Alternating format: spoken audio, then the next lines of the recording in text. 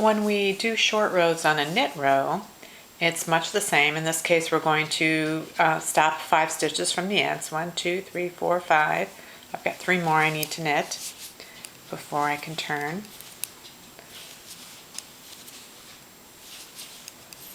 So once again, I turn the work, and the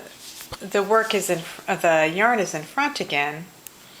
I can keep it there while I slip this stitch, but I also let the yarn wrap around to the front. So again, it pulls the purl stitch that's below the needle, it pulls it above so that both legs of that stitch are sitting there.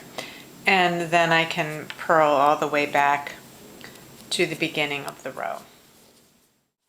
Now I'm holding the yarn in my left hand, knitting continental, and one thing that I do as I slip this stitch and bring the yarn over is I use my index finger to kind of hold it in place while I can either knit like this, or I can knit the way I usually do, which is like this. But I just find holding that stitch in place as I prepare to do the first purl after the turn just helps me maintain the correct tension. Okay, so I'm getting ready for my third turn, and I can see that it's time because this is 1, 2, 3, 4, 5 stitches, and I'm ready to turn. So I'm going to do this time with the yarn held in my right hand. So for those of you who throw, you can see how that would work. So you have the yarn in front toward you. You slip the stitch and you pull the yarn around just like a yarn over, but you're pulling the stitch below with it so that it looks double-stranded there. And then now you can just continue purling back.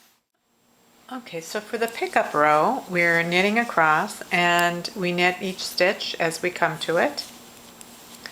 And then when we get to one of these pulled stitches like this, we knit it as if it were knit 2 together. So we're knitting these doubled strands together like that.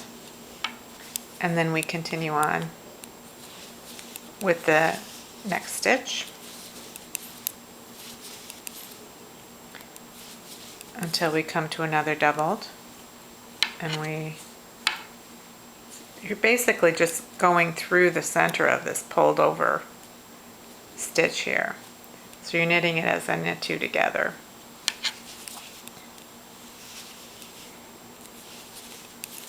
And then you just keep going all the way across the row. This is the last one. You can see how I've gone through the center there. Knit it as a regular stitch.